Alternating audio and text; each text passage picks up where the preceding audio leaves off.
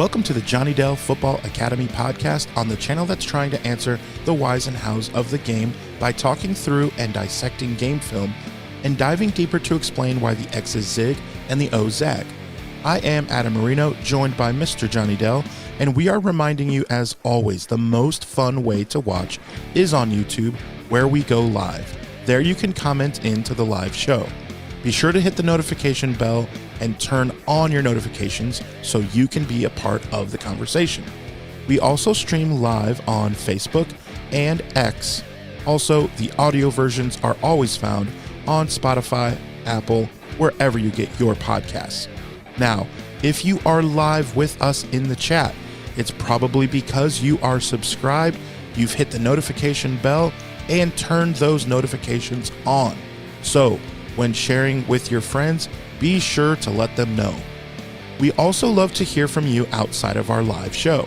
Email us at johnnydellsfootballacademy@gmail.com, and you can always check out the website jfa49.com, as it is the most fun way to support the channel. Also, the way we boost the chat and boost the algorithm is to type out hashtag yes, hashtag late. Excuse our tardiness. I'll throw Johnny under the bus. It was me. On that one. Happy Friday. However, it is December 20th. It's beginning to look a lot like Christmas, so we are excited for that. Everywhere I'll be honest, go. Johnny, I just found out something 18 seconds ago that now I'm just gotta ask you about. So I have trolled the ultimate easiest person to troll in Niner faithful kingdom. In the history of sports, I feel like he is the easiest person to troll. I think everyone knows who I am talking about in the chat. You're more than welcome to type that person's name out, but I think we know who I would love to troll. You're referring to a beat reporter, correct? Yes, for the initials SI, which I remember growing up, man, Sports Illustrated was the magazine. I even remember Sports Illustrated for Kids that came with a poster in the middle, and I would always rip that out at the library. I wasn't supposed to, but I was a bad boy and I did it anyway, and I had 17 of them in my room, no matter who it was. But Sports Illustrated is not what it used to be, for sure. So let's get into it. I want to start there. Take it away. What happened? Okay, so you're trying to set up, but I kind of dropped it on you. I thought you would have seen it last night. Myself and Grant, we had a back and forth last night on X, Callie Young talking about the clown. Brock Purdy versus man. So I posted I retweeted a post, reposted, whatever you call it these days, whatever the kids are calling it these days. Sure. Had retweeted a post from Eric Branch, and he was talking about that last year Brock Purdy was really good as far as quarterback rating versus all coverages. It didn't really matter what teams were throwing at the 49ers. Brock Purdy was carving all of them up. And this year, his season again, or his numbers against zone are nearly identical, but his numbers versus man coverage have taken a dramatic dip. And so I reposted that and just said, when numbers versus man are bad, that's much more of an indictment on receivers and execution.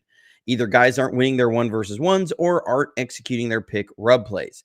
CMC and Ayuk were top man beaters. No surprise to see a big drop off. That shouldn't come as any surprise that when the two guys you have that are your best man coverage beaters are pretty much gone the entire year, you are much worse against man. And so I had posted that, and then Grant responded and said, agree. All he needs is two top man beaters in the league and he'll be good. And so that kicked off a conversation back and forth, where basically his argument was that Brock Purdy already has George Kittle and Juwan Jennings, two receivers who as he was saying, are great against man coverage. George Kittle, in his words, a matchup nightmare. And I was making the argument that one, Juwan Jennings is not great against man coverage. There's no data that shows that. And having watched a lot of film, I'm not seeing Juwan Jennings just consistently beating man coverage. One, I love Juwan Jennings. I think he's a monster. We love the tenacity. I love him on the team. I don't want to see him on another team. But are we also saying that if he was to go to, say, the Bills, that he would be one of their top 3 man coverage beaters?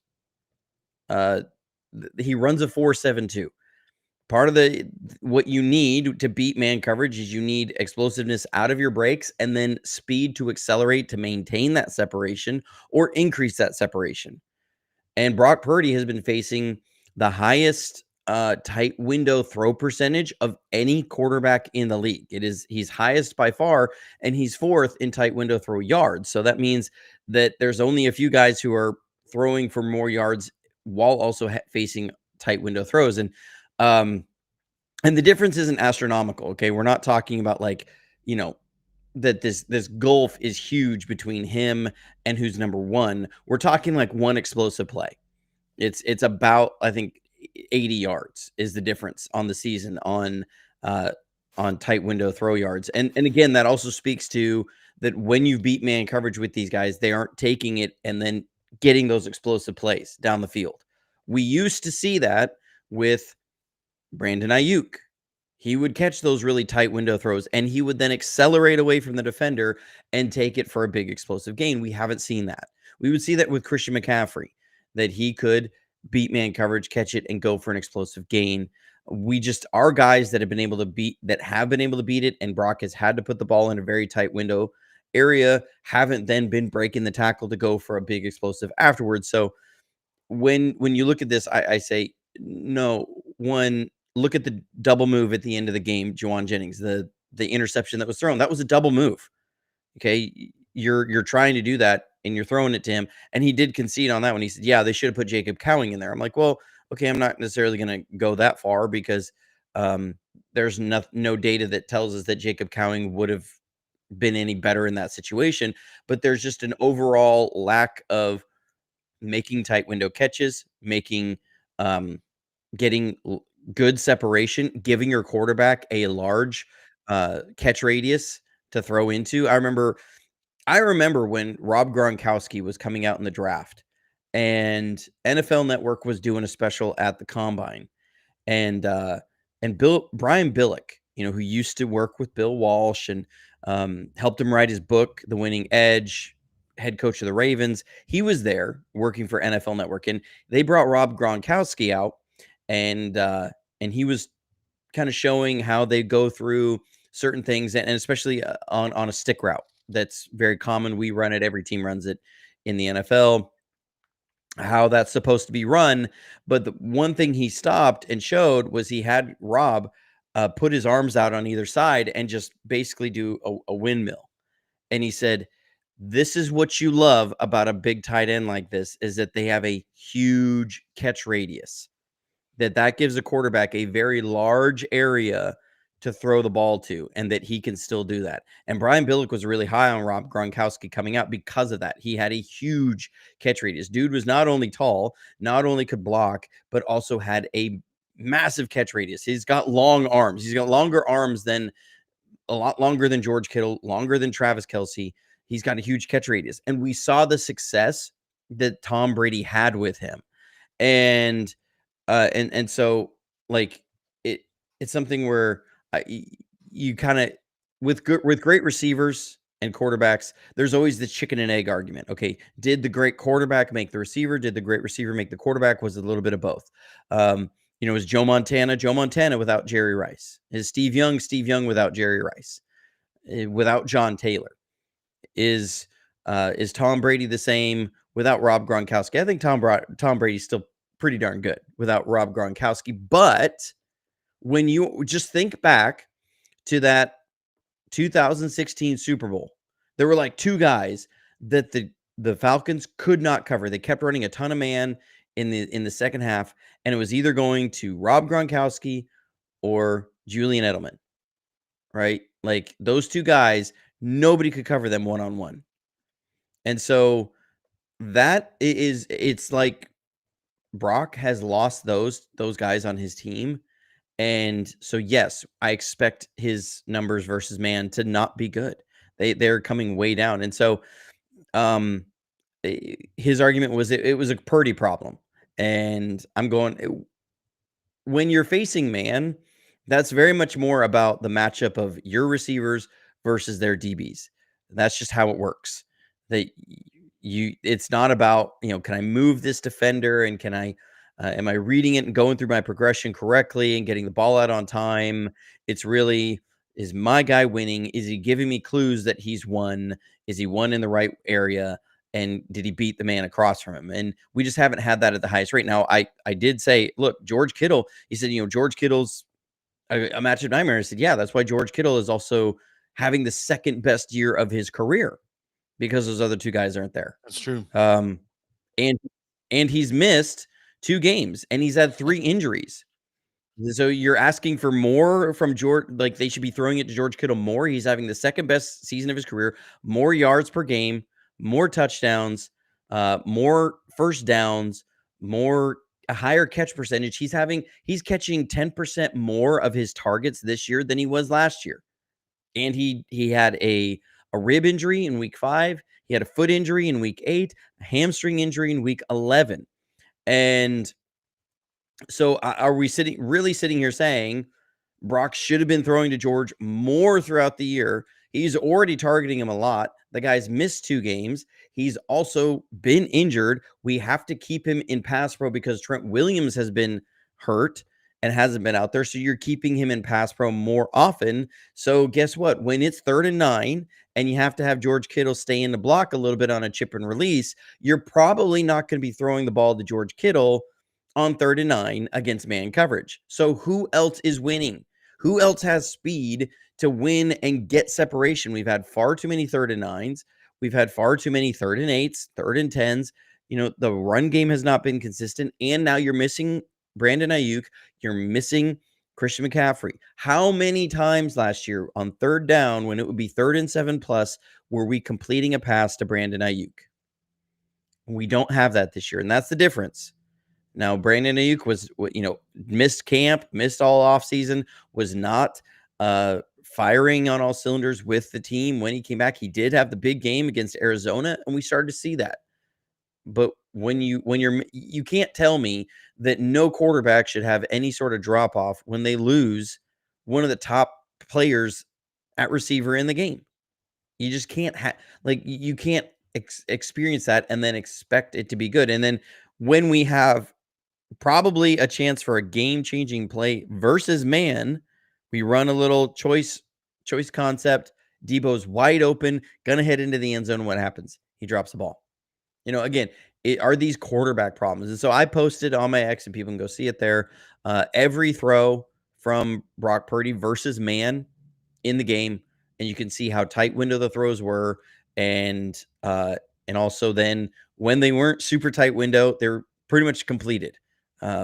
So I can't just sit here and say that's a Purdy problem. So, this is part of the conversation as the 49ers start gearing up for the offseason mode, and Brock Purdy's contract extension is looming.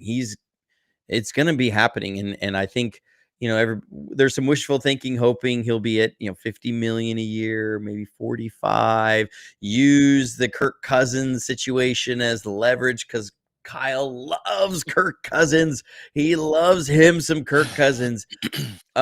Look, I think Kyle has found his quarterback that he wants here for the next 10 years. I would not be surprised if this is a 10-year contract. I really wouldn't. They're going to have outs after 2 years, but I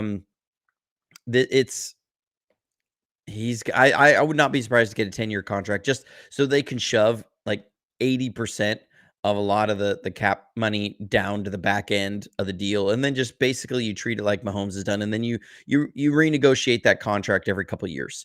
And so you get him a big cash infusion with a big bonus, and you just keep rolling it down. That's kind of what the Eagles are planning on doing with Jalen Hurts. It's what the Jaguars are really doing with Trevor Lawrence, is that you have ways in here that you can keep pushing that cap keep going it down the road, because you basically say, we're going to keep kicking the can down the road until the guy retires, and then we're going to have a reset anyways, and or a quarterback on a rookie deal, and that's where we make up our savings. And so that's how I see them doing it. I do think Brock's going to get 60 a year.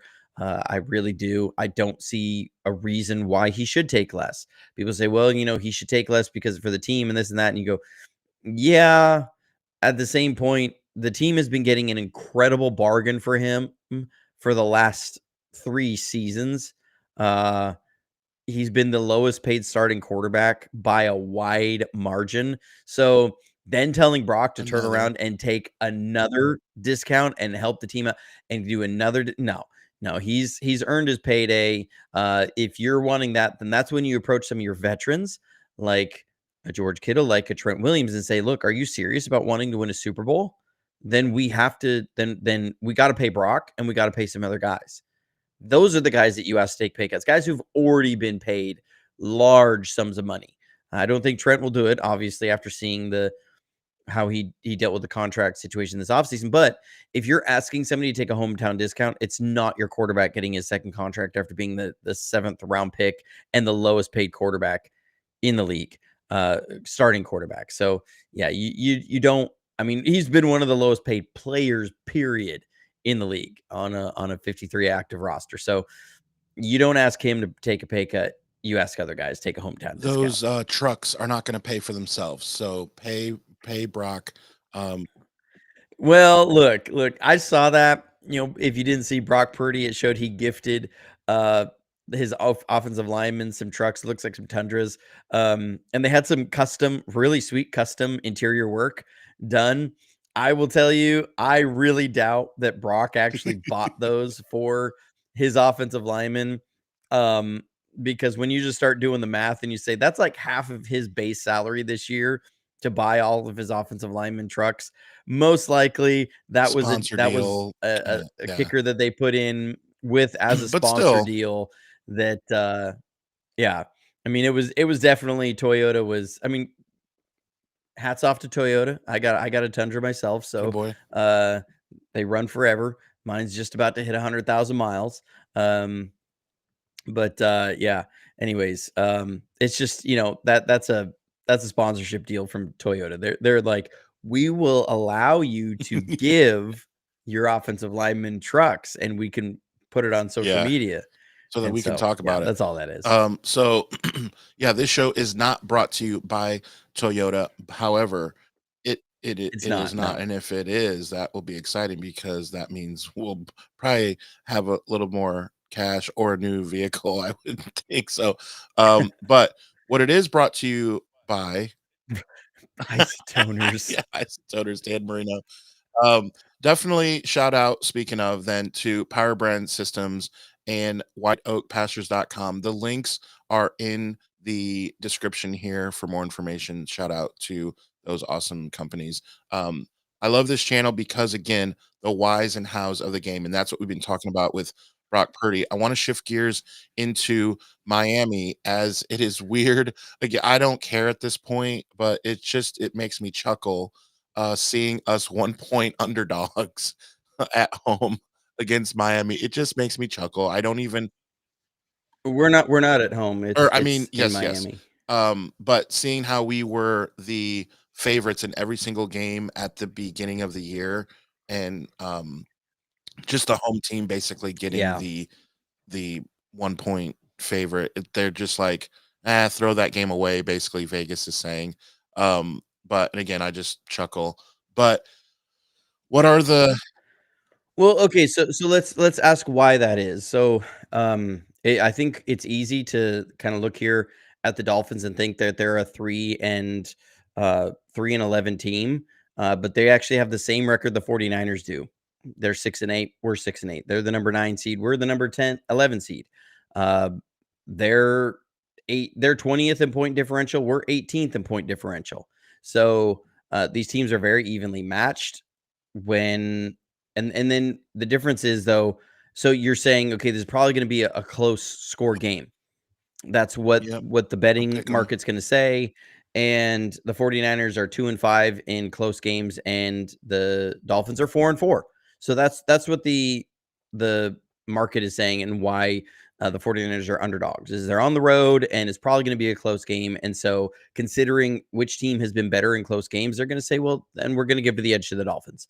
Now I do wonder if the whole Devondre Campbell situation maybe galvanizes the team a little bit, and says, okay, we're going to go and we're going to show this guy that he made a mistake, big time.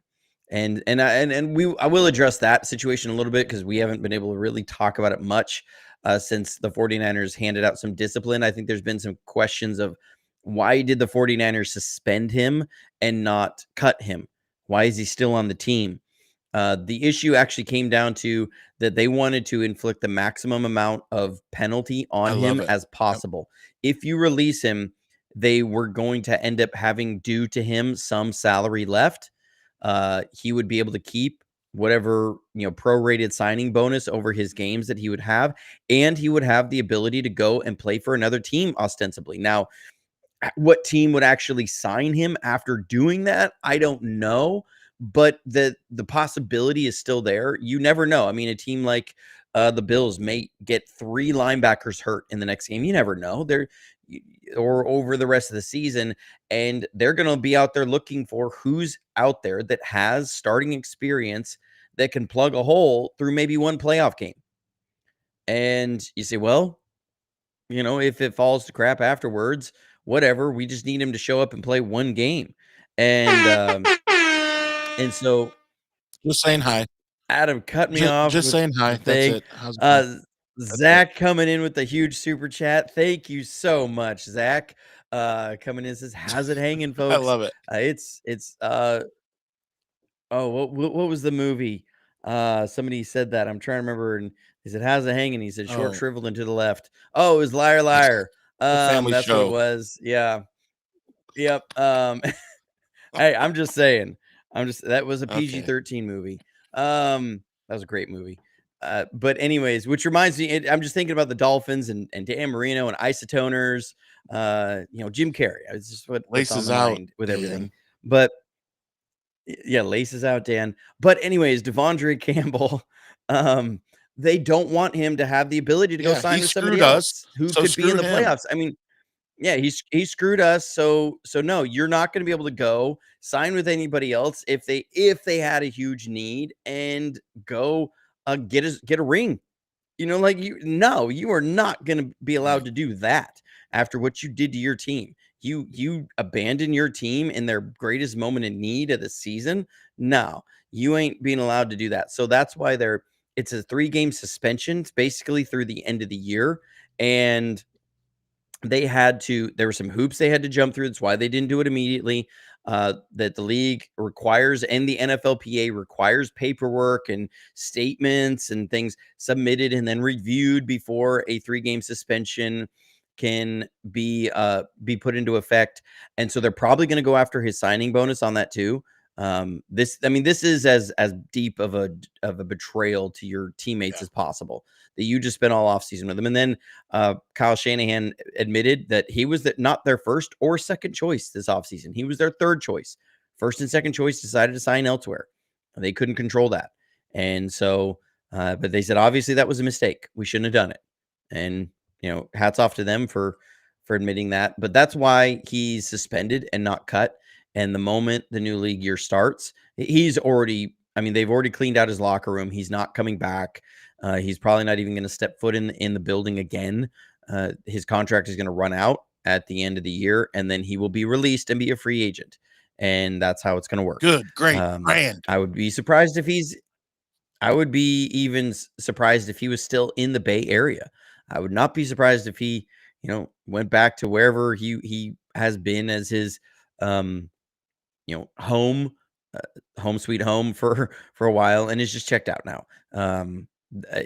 It's something I've never seen in the middle of a game. A guy just say, "Nah, I don't want to go play," because the guy who I knew I was just subbing in for while he was hurt came back. Right. Vernon's brother with wild. The Bills was a different, like, he retired from the game of football at halftime. That was just a Yeah. different situation. It was odd. I guess the only other thing I can think is Brown. Is he did the But same he has thing, CTE. He very, has very CTE, famously, and don't at me. He absolutely has it. as his X handle says, CTESPN. Um, I that's know, what he but calls he himself has it. on there. There's no question Um, about it. But yeah. anyways, he yeah, I love Quiffle Ball's Lord of the Rings reference. He can crawl back into the muds of Mordor from whence he And came. yeah, there's Banish him I back love the into chat where it is. was going crazy about Ace Ventura too, Glass City. Finkel is Einhorn. Einhorn is Finkel. Oh my god. Einhorn is And Finkel. then he goes, My "Your God. gun is digging into my hip." Oh, and he like pukes for like an hour. Such a great Oh movie. gosh. Speaking Oh of gosh. movies, you're going to want to check out Sports Idiot Nation's latest episode. Came out yesterday because we discussed Christmas movies. So, we don't have to get into a lot of that here, Oh. but it's always a really super fun topic to talk about. Die Hard and The Look, Grinch. look. Muppet Christmas Carol is the Christmas movie. There you Don't go, even not a at bad one. me. It's either that or A Christmas Christmas Story Story. was definitely Like the number one. We definitely got into that. So check out Sports Idiot Nation. New episodes are always Monday and Thursday. And a quick side note of that, a sidebar from that is we cannot stay too long on today's show, or I can't, because I am taking my little handheld lapel microphones here and I am off to Notre Dame to see Notre Dame versus IU Notre and Dame. get some content, get some interviews for Sports Idiot Nation. So be sure to follow. I'll probably go live on Facebook as well. Super excited. My limo company hired one of our SUVs to take a few people down, and I volunteered to drive because why not? And now I get to go and hang out, get some interviews. So I'll be leaving here soon. But before I do, let's get into the Dolphins Niners matchup. So I do have Tua on my fantasy, but I have also Baker Mayfield. So I think I just want to start Baker. He's questionable and just um I don't know. I'm torn.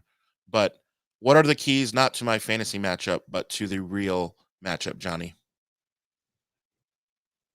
For the No, Buccaneers? for our game, silly. Oh. Yes, this is the For our Buccaneers game, podcast. I think well, sorry, I got on, Die Hard and Yes, Lethal from Weapon, Jason. and I remembered, one of the guys involved with a lot of those movies was Shane Black. If people know who Shane Black is, he was a writer, and he did Iron Man 3. He did the Lethal Weapon movies, and I believe he also had a hand in writing Die Hard. He didn't do the full screenplay, but I believe it was his treatment that they used. And he had talked about that he set both movies around the Christmas time because it would sort of be it just felt like a good, dichotomy of a setting between this, violent action film and the happy holiday season. And so that's why they did that. So Die Hard and Lethal Weapon are Christmas. Most people forget that Lethal Weapon was around Christmas, the Right. first one, anyways. So I will always remember, the intro of that movie. It's rocking around the Christmas tree, and or have a holly jolly Christmas is the intro Batman for Lethal Weapon. Returns, Great movie. Anyways, Gremlins. There's a one of the Transformers movies that they ruined came out at Christmas time. There's been a lot of movies like that that are kind of at yeah, Christmas time that people kind of forget. Merry Christmas from Pinky, yeah. of course, next Friday. And Shane Black, so Shane Black, he John McTiernan was the director for Die Hard, and Shane Black had teamed up with him as well. He also wrote Predator, and so he teamed up with John McTiernan and Arnold Schwarzenegger again for the much underrated movie, the Jingle great, All the Way. wonderfully fantastic Oh, I Last thought you were Action saying Jingle All Hero the Way. in the mid-90s. Okay. No, that was written by Shane Black, directed by John McTiernan. John McTiernan shows up at the end of the movie as the doctor. But I also really am into movies, if you Yeah. don't know. But anyways, for this matchup, I think what you're really going to be having to look at is the 49ers' ability to rush the passer and the Dolphins' ability to keep Tua clean. The Dolphins have actually been really good at pressure rates. They have Tua is the second lowest pressured quarterback as far as pressure rate in the league. And some of that is because of McDaniels. It's all about quick timing and the ball out of the hands and get it to these speed demons really quickly. So can you, one, keep tight coverage on those quick throws and then get to Tua when you make him hold the ball? That's going to be a challenge. If not, you're going to see these guys put up some offense and put up some yards. That's going to happen. That's a big matchup. So if I was going to this game now, we've also seen some interesting social media activity from Tyreek Hill this week. Say it's time to go. It's I mean, Got look, child support to when your pay. team is consistently underperforming, then this is the kind of drama that happens. It's happening with the 49ers, it's happening with the Dolphins. These are teams that were expected to be making deep playoff runs this year. And that's not happening. And there's a lot of frustration in the building. There's a lot of frustration among players. There's a lot of for players, there's a lot of big money involved here. And so, for me, I'm looking at the other guys. I'm looking at, okay, how do you slow down some of these other speed guys and track stars that they got there? That's going to be the real challenge. Now, I don't fear that this is going to be a game that the Dolphins are going to run for 200 yards on us. The Dolphins are literally worst in the league in rushing efficiency. So if there was a game kind of to get right with the defense to establish that run stop again, then that's a game. And plus, we saw the difference in the Rams game from when Dre Greenlaw was in to when he was not in. And he's planning on playing. I mean, I don't blame him for being sore running around the field, especially when the offense was putting the defense back on the field as much as they were, for being sore and needing somebody to sub out for him in that game. But we saw the drop off that happened, and that's exactly what had happened in the Super Bowl. We had that same drop off. The 49ers had held the Chiefs to 3 points in the first half, and then the Chiefs went and scored 19 in the second half. It's just that's the difference. And we saw that same sort of drop off that hopefully we can keep Dre out there and really see, is this injury gonna be something that can sustain itself, the healing through the end of this season? I think he's got to be a priority to resign. I mean, this defense looks so much different with him on the field. So running around and gobbling up all those underneath stuff. So that's the matchup I'm really looking for. So what do you think as our mind basically shifts from, you look at a lot of social media shared by, you know, by Niner faithful, and you've seen some of those memes of the 1% chance, like teams need to tie. We like it's hilarious, like how mathematically we're technically still alive, but we all know that we're really not. And so as our mindset shifts, what are things, and this is a question that since I've known you, Johnny, I've never needed to ask you. And so it does pain me a little bit to have to ask this, but in this mode now that we're in, what are we looking for in these last few games, and more specifically Mm. in this game against Miami? Well, I think you're saying what is there to watch for during meaningless Yeah, football? I've never asked you that Um, before. uh, we haven't. We haven't since 2020 have played a meaningless football game, That's other wild. than I guess week 18 Well, yeah, but last that's year. for a different reason Um, because we've locked up something. That doesn't count. right. It was just a I think we went placeholder game. live. Didn't we go Then you went live? right back to That was we did fun. we went live, and it was, except for some people decided to keep dropping spoilers in the chat because we were like 30 Yeah, seconds behind yeah. the But broadcast, overall, and it was like, yeah, yeah. oh, But come overall, it was on. fun. Um, but overall, it was a good experience. I guess you know, it's It's hard very because hard. there's always the It's tough. conversation.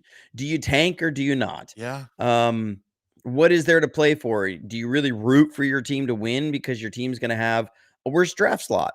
right. There's a Um, difference of I don't.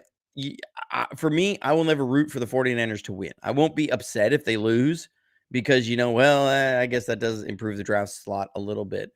But what you want to see is the offense starting to find, some sort of rhythm.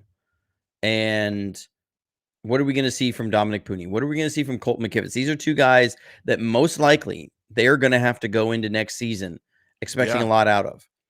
I think a lot of people have wanted Colt McKivitz gone. Colt McKivitz has been much better this year than he was last year. He's still not stellar, but when Colt McKivitz is the third biggest need on offensive line.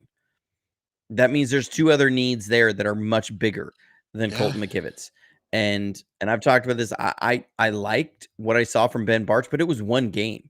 And so I'm not comfortable going into next season saying we just have Ben Barch as our plan at guard. And if he gets hurt a la John Feliciano, then we could just say, Put duct the tape. injury bug hit Yeah, us again. No, you got to insulate that position again. So I think they have to invest something in guard or center. There's got to be a high. I think if the 49ers aren't picking at least a guard or center within the first 90 picks of the draft, and really actually within the first 64 picks of the draft, um, that there's a serious problem. There needs to be one of those positions picked. And then they need to get another guy in free agency who can be solid for the other one. And so, free agency is going to come first. So that may dictate where they go in the draft. But I just cannot sit here and say next year that should be, that's a position that they can stand pat and say, well, Ben Barch will be back and we'll be solid there. No, you need to get the best offensive line room that you can and get and deal with it. And then on the other side, I think the two picks you're going to see in the top 64 are going to be both on the line. I think you're going to get a defensive lineman, either in the first or second round. I pretty much believe they're probably going to go defensive line in the first round. I would be really surprised if they don't, just because the costs of defensive linemen in free agency are much higher than offensive linemen. You look at, for example, somebody like Javon Hargrave, 25 million a year, 24 million a year for his contract. You look at a top end guard, they're going to get like 17, 18. That's a big I difference. think it'll be fun as we get closer to the draft to dissect other teams' needs ahead of us, um, because that can determine how what we need basically. Because as I look, the Giants, Raiders, Patriots, Panthers, Titans, Jaguars, Browns, Bears, Jets, Saints all have worse records than us. Then it's us, Cowboys, Bengals, Dolphins, Colts, all at 6-8. So the problem Gosh, we have the same record as the and the Cowboys. Think about problem with that. that is that I just named a lot of teams. And the problem is we are not in that top 10 pick, that Vernon Davis pick or somewhere or in there. And it's like deep down, deep down, do I kind of want to lose out in order to position ourselves better than the Bengals, better than the Cowboys, better than, the Colts? That's what's tough, but I want to see young guys play well. So I would personally, I'll say this, I'll go on record and say, I'd rather let younger guys play with the understanding that they may get beat out by the other NFL opposing player on the other side, but at least that person gets experience and they can play well and still be defeated on their one-on-one battles, which in turn means we lose the game. I'm actually okay with that if there's positive spurts that I see and overall morale is good. You see guys, you know, on the sidelines, good energy. I'm okay with that if we lose out. Does that make any sense or am I weird? No, I understand where you're coming from. I just don't think that's going to Their be MO. the way that they Right. handle business. That's not going to be Right. the way Fred they Warner's handle not business. sitting I mean, out. you got players, well, and you also have players that, like, if you sit Fred Warner, does he miss the Pro Bowl? I don't know if he makes the Pro Bowl in there because he's suddenly not playing for 3 games, and a third of the voting is coaches, and then a third of the voting is players, and a third of the voting is fans. So if Fred Warner sits for the last 3 games, does he not make the Pro Bowl? And he's got escalators and likely to be earned incentives in his contract for making the Pro Bowl. So, or if he definitely doesn't make All Pro, and now you're messing with guys' money and their contract situations because you just want a better draft slot. And they're going to say, no, you don't sit me down. You say that the best player will play, and now all of a sudden you're changing that, and I got to pay for that. No, we're not doing that. And so that's how you can lose buy-in from players. And so, no, I don't think they're going to just play some young guys just to play them. There may be some guys that get a little more rotational time, maybe on the offensive line, like an Evan Anderson, a Kalia Davis. You want to see for certain what you have in the front end on there. But I don't. I understand the thought process there. What I've also learned, I think, really going through the last 2 off seasons, much more in depth than I have before, and going to the Senior Bowl, is you realize how many good players do come out each year. And that, yes, the draft is a crapshoot, but there's a lot of guys that you come out of that Senior Bowl that you feel really good about. I remember coming out, and we talked about him a dozen times, was Braden Fisk, and being super excited about him and being like pounding the table saying, the 49ers, I know we don't want to go defensive line again, but we need to go defensive line. This is a kid that I really liked. And then to see him just kick Aaron Banks's hindquarters all over the field last game, after the Rams traded up to get him, and he was a 2nd-round pick, and it's seeing things like that really make you realize, yeah, there are a lot of good players still there. So, yes, it's better to pick 10 than it is to pick 18, but because you're picking at 18 doesn't mean that you don't have access to a really good football player, and that one can't be there. Yeah. Now we have obviously missed on a bunch of first rounders, but there's a lot of first and second rounders that work out and are good players. And there's a lot of talent that comes out. And so, when it's like I said, you go to the Senior Bowl and you see, there's 90 players there, and you're going, or 100 players there. And it's like 80% of the players drafted in the first and second round were at the Senior Bowl. And I think this last year it was something like 75% of all players drafted in the first 3 rounds attended the Senior Bowl. And you see that and you go, yeah, there's some really, and you see the level of competition that's there, and you go, yeah, there's some really good players up and down in this draft. There's some guys that you get into that 3rd round and you're like, okay, there's still some really good players on the board. I remember a couple years ago when Sidney Brown was still there, in the 3rd round. He was the first safety that went off the field, went off the board. He was the number 1 safety drafted out of college and has been playing great for the Eagles. And was a guy I was pounding the table for very early on. And so you see there are some really good players that are there. That's what hurts about a guy like Aaron Banks being a 2nd-round pick and not working out, because those picks are premium picks. That's what hurts about Drake Jackson being a 2nd-round pick and not working out. Those are premium picks. Those are top, 70 guys coming out that should be good, that should be big contributors.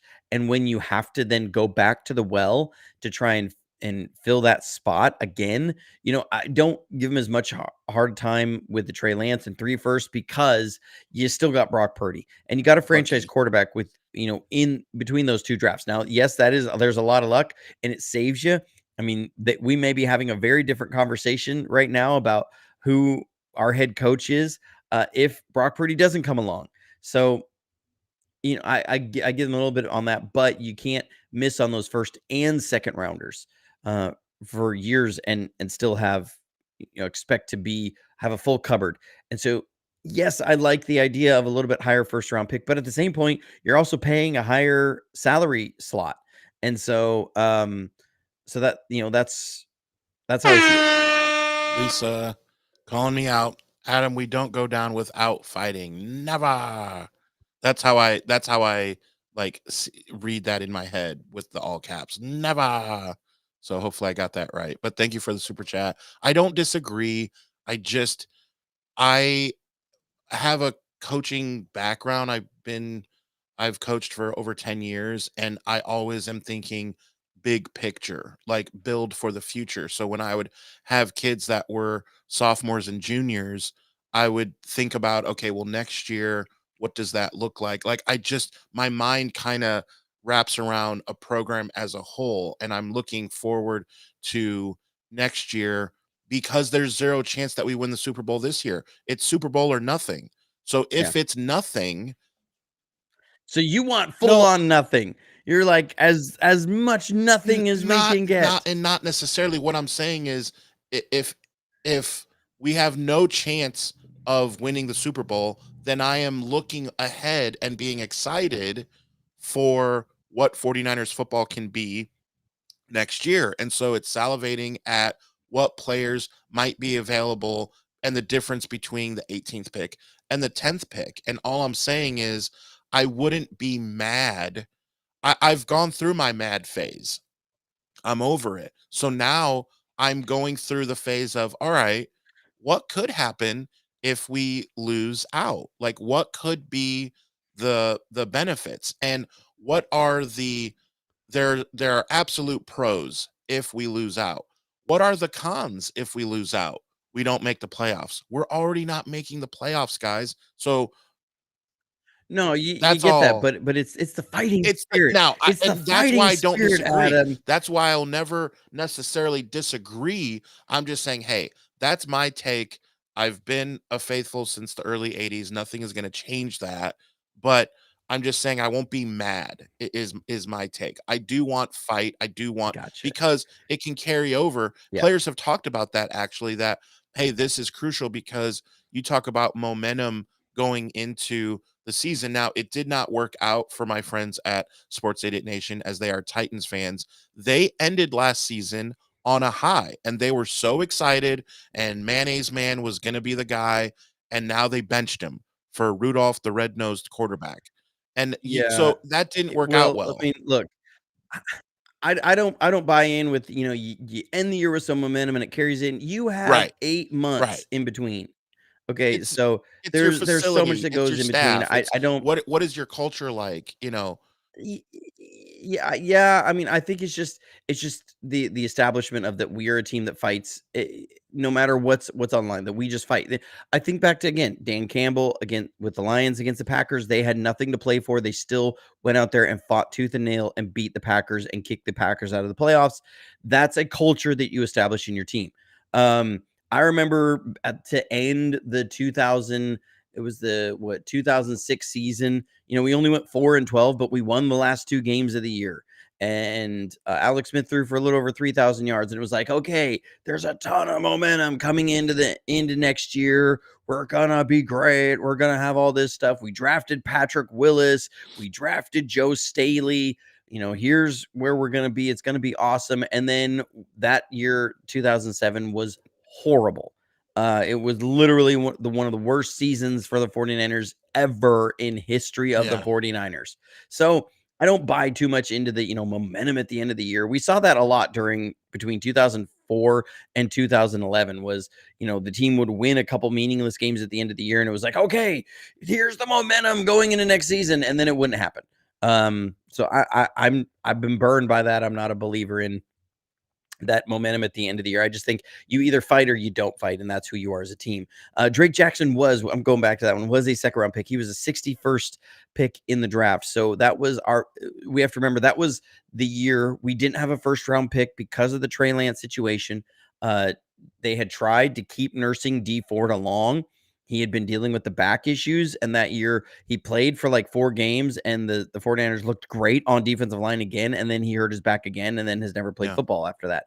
And so they were looking for a D Ford replacement, and Drake Jackson we lost the NFC Championship game to the Rams that year in 2021, and then we turned around, and the first guy that we selected in the draft that season was our second round pick. At the end of the second round, was Drake Jackson, and so that's why that pick really hurt. Is he was meant to be the replacement for D Ford, and has never worked out, and we haven't been able to get consistent pressure off the other edge since then, and that's why that one hurts. He was supposed to be a specialist edge rusher with a lot of speed, and was like batting balls down left and right his rookie year, and then just kind of ran out of steam. His body could not keep up with the strength that was required to play defensive end in the NFL week after week after week. But as we went through last offseason, the 49ers drafts histories, that their drafts, they generally have not been good in the first and second round. They've been stellar in the fourth, fifth, and seventh rounds, but have been very less than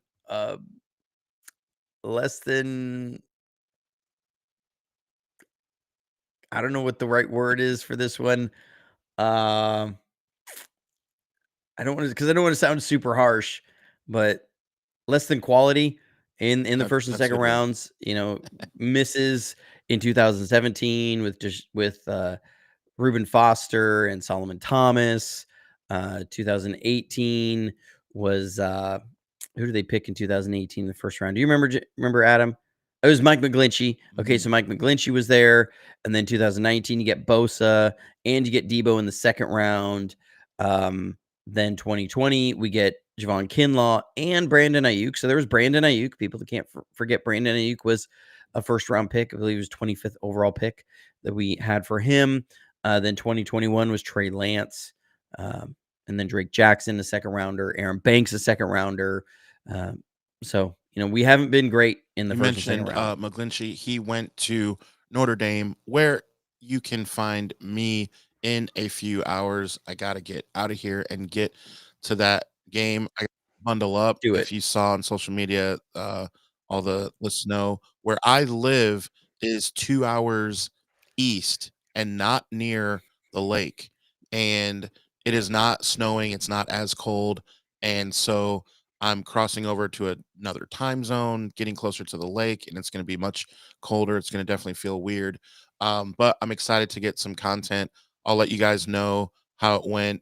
But definitely catch us on Sports Edit Nation as well. But I'll let you guys know on Monday how it was when we have our show. Johnny, I think we should get into a few Christmas movies. The chat definitely loved it. And I feel like when we go on Monday, since it'll still be before Christmas, I think we should maybe get into that and go Yeah. through our top fives a little All bit. right. So All right. carve out your top five list for Christmas movies, and I'll give you mine, and we'll get it in the chat. We'll kind of get into theirs. We'll get into what makes a Christmas movie, because the whole Die Hard thing, I'm sure, will come up. So let's save it. Let's talk about it on Monday, because no matter what happens with the game between our beloved 49ers and Niners South, it really doesn't matter as much. So let's have some fun. The holiday spirit is upon us. So what do you say we do that? Sound good? Okay, so remember to hit the notification bell, guys, so that you can be notified when new content drops. Be sure to follow Sports Idiot Nation wherever you get your social media. And a reminder, the YouTube channel as well. Every Monday and Thursday, a new episode drops. And you can catch us on the Giant Football Academy podcast coming up this Monday. Also, check out JFA49.com if you have not already, which is extremely hard to believe that you have not checked it out already. However, if you have not, what are you doing with your life? This is the channel that talks about the whys and hows. So get on it, JFA49.com. In the meantime, in between time, stay safe, stay healthy, and as always, we're going to keep fighting. Go Niners.